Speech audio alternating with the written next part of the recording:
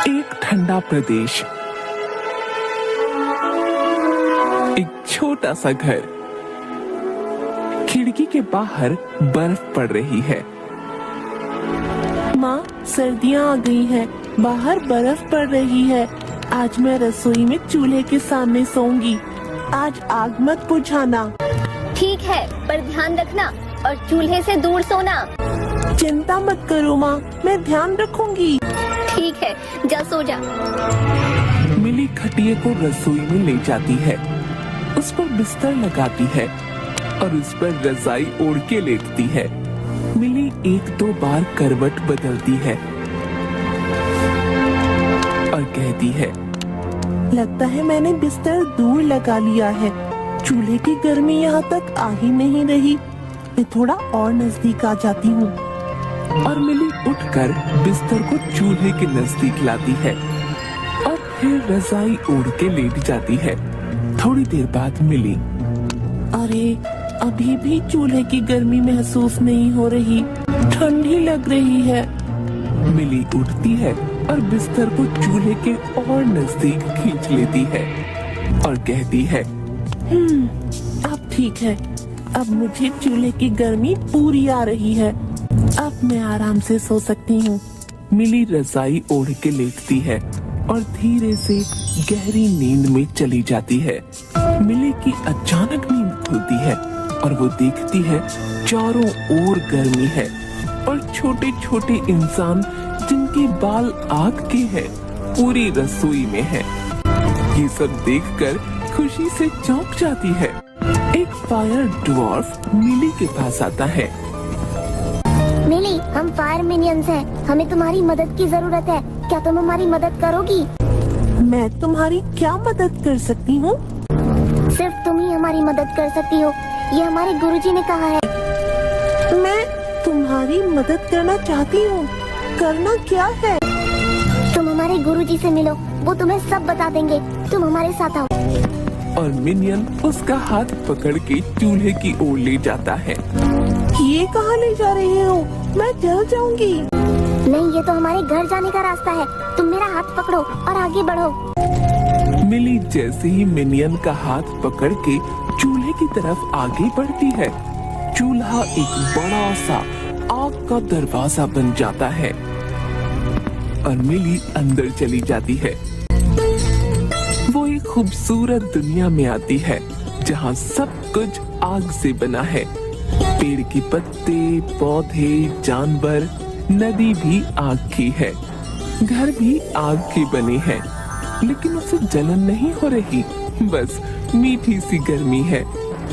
Minion मिली को आग से बने एक छोटे से घर में ले जाता है। घर के अंदर फायर मिनियन के गुरुजी आते हैं और कहते हैं, आओ मिली, मैं तुम्हारा इंतजार कर रहा था। मिली गुरुजी को प्रणाम करती है। प्रणाम गुरुजी। आओ, मैं तुम्हें कुछ दिखाता हूँ। गुरुजी उसे अपने कमरे में ले जाते हैं और एक टेबल पर रखा धनुष की ओर इशारा करते हुए कहते हैं, इसे उठाओ। मिली आगे बढ़ के जैसे ही धनुष उठाती है, उससे धनुष आग का बन जाता है और मिली चौंकते हुए गुरुजी की ओर देखती है। वहाँ खड़े फायर मिनियंस भी चौंक जाते हैं। फिर गुरुजी बताते हैं, मिली, तुम वही योद्धा हो जिसका हमें सालों से इंतजार था। अब तुम्हें अपना कर्तव्य निभाना है। मिली धनुष को वापस मेज पर रखती है। धनुष वापस आम लकड़ी का बन जाता है और कहती है, कैसा कर्तव्य गुरुजी? ये जो अग्निपुर तुम्हें दिख रहा है, ये पहले ऐसा नहीं था। हमारी दुनिया में हमें ऐसे छुपके नहीं रहना पड़ता था। हम खुशी से चारों ओर घूमते थे और जिंदगी का मजा लेते थे। फिर यहाँ एक जादूगरनी आई। उसने हमारे राजकुमार से दोस्ती की और उन्हें अपने विश्वास में ले लिया। हमारे राजा रानी को वो पसंद नहीं थी। उन्होंने कई बार राजकुमार को उससे मिलने से मना किया, पर वो नहीं माने। एक दिन जब हम सब लोग जश्न मना रहे थे, तब राजकुमार ने उस जादूगरनी को भी वहाँ बुला लिया। मुझे कई करतब आते हैं। यदि राजकुमार चाहे तो मैं उन्हें दिखा सकती हूँ। नहीं, इसकी जरूरत नहीं। सारे कर्तव्य पहले से तय हैं और कलाकार तैयार हैं पीछे। जो पहले से तय है उसे देखने में क्या मजा, मजा तो कोई नई चीज देखने में है, क्यों राजकुमार? हाँ पिताजी, ये सही कह रही हैं। इसे कर्तव्य दिखाने दीजिए। शुक्रिया राजकुमार। गिले गिले हर्र। फिर उसने वो कर्तव्य दिखाए। फिर उसने कहा, अब मैं आप लोगों को अपना सबसे बड़ा कर्तव्य दिखाती हूँ।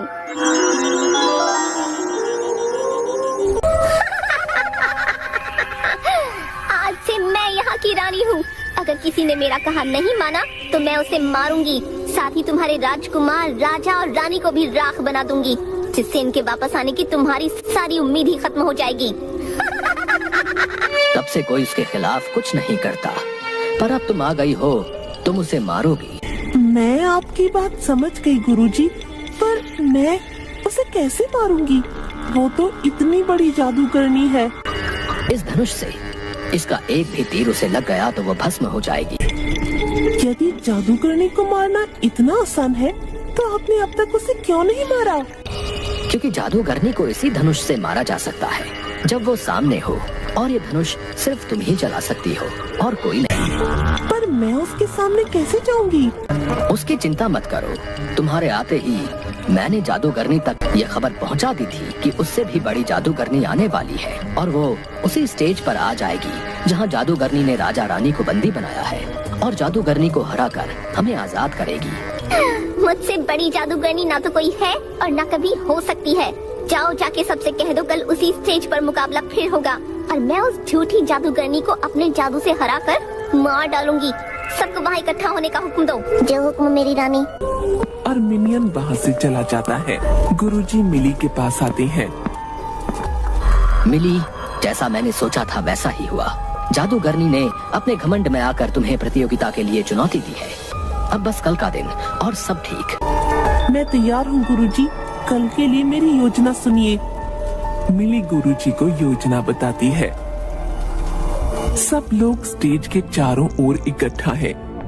स्टेज की एक तरफ राजा रानी की पत्थर हुई मूर्ति है और उनके बगल में राजकुमार की। जादूगरनी स्टेज पर आती है। कहाँ है वो झूठी जादूगरनी? आज मैं उसके हर जादू को तोड़ दूंगी। मिली दूर से छलांग लगाकर स्टेज पर आती है। वो पूरी काले कपड़ों में है, चेहरे पर नकाब है, सिर्फ आंखें दिख रही हैं। मिली आते ही अपने हाथ से आग का गोला जादूगरनी की ओर फेंकती है, जिससे जादूगरनी हंसते हुए दूसरी साइड हटकर बच जाती है। फिर जादूगरनी मिली की तरफ आग फेंकती है, जिससे मिली को बचने के लिए स्टेज के पीछे छुपे गुरुजी मिली के चारों तरफ एक जादुई घेरा बना देते हैं, जिससे जादूगरनी का हर बार घेरे से टकराकर नष्ट हो जाता है। मिली, ये घेरा ज्यादा देर तक तुम्हारी रक्षा नहीं कर पाएगा। तुम्हें जल्दी ही अपना काम करना होगा। मिली मार्शल आर्ट की कलाबाजियां दिखाती हुई गुरुजी के पास आती है और गुरुजी से झट से धनुष ले लेती है। मिली के हाथ में अग्नि धनुष देखकर जादूगरनी घबराकर आंखें बड़ी कर लेती है। मिली मुस्कुराते हुए धनुष की प्रत्यंचा खींचती है, जिससे धनुष पर अग्नि का तीर आ जाता है और कहती है, तुम्हारा अत्याचार खत्म हुआ दुष्ट जादूगरनी। और तीर सीधा जाकर जादूगरनी को लगता है और वो वहीं राख बन जाती है। राजा, रानी और राजकुमार तुरंत पत्थर से फायर मिनियन बन जाते हैं और सभी मिनियंस खुशी से मिली के नाम के नारे लगाने लगते हैं। राजा, रानी और राजकुमार गुरुजी से प्रणाम गुरुजी। आपका बहुत बहुत आभार गुरुजी। आपने हमें उस दुष्ट जादूगरनी के श्राप से मुक्ति दिलाई। ये सब मेरे नहीं बल्कि मिली की वजह से हो पाया है। ये सब इसी ने किया है। शुक्रिया मिली, हमें और हमारे लोगों को उस जादूगरनी से बचाने के लिए। ये तो मेरा फर्ज था। मुझे माफ कर दीजिए माँ पिताजी। मैंने आपकी बात न मानकर जादूगरनी से दोस्ती की और उसे जश्न में बुलाया और हमें इतना सब कुछ सहना पड़ा। हाँ राजकुमार, हमें अपने माता पिता की बात जरूर सुननी चाहिए। अरे माता पिता से याद आया, मेरे माँ पापा मेरे लिए परेशान हो रहे होंगे। मैं कल से गायब हूँ, मुझे अब वापस जाना चाहिए। तुम्हें परेशान होने की जरूरत नहीं मिली। 2 दिन हमारी दुनिया में बीते हैं। तुम्हारे घर पर अभी रात बाकी है और तुम्हारे माँ पापा अभी सो रहे हैं। पर हाँ, इससे पहले कि तुम्हारी माँ की डांट हमें पड़े, तुम्हें वापस जाना चाहिए। मिली, गुरुजी और कुछ फायर मिनियंस मिली की रसोई की उसी आग के दरवाजे पर खड़े हैं जिससे वो आग की दुनिया में गई थी। ये मास्क लो। जब भी तुम्हें हमसे मिलने का मन करे, ये मास्क पहनकर किसी भी आग के दरवाजे से हमारे पास आ जाना। धन्यवाद गुरुजी, और आप लोगों का भी बहुत बहुत शुक्रिया। आप ही मुझे अपनी दुनिया में ले गए थे। शुक्रिया मिली हमारी मदद करने के लिए। ये बताओ, आग का गोला फेंकना तो मैंने सिखाया था, पर तुमने इतनी अच्छी कलाबाजी और तीरंदाजी कब सीखी? गुरुजी, हमारे स्कूल में मार्शल आर्ट सिखाया जाता है, वहीं से सीखा। तब तो सबको मार्शल आर्ट्स सीखना चाहिए। हाँ गुरुजी, सबको सीखना चाहिए। अभी बहुत रात बाकी है, तुम थक गई होगी। जाओ और जाकर सो जाओ, सुबह स्कूल जाना है। सही कहा आपने। प्रणाम गुरुजी। मिली गुरुजी को प्रणाम करती है और अपने बिस्तर पर जाकर लेट जाती है।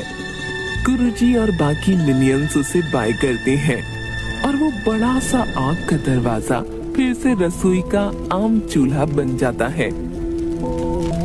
मिली सुबह हड़बड़ा कर उठती है और सोचती है, मैंने जो देखा वो सच था या सपना। तभी उसे अपने बगल में रखा गुरुजी का दिया हुआ मास्क दिखता है और खुशी से उसकी आंखें चमकने लगती हैं।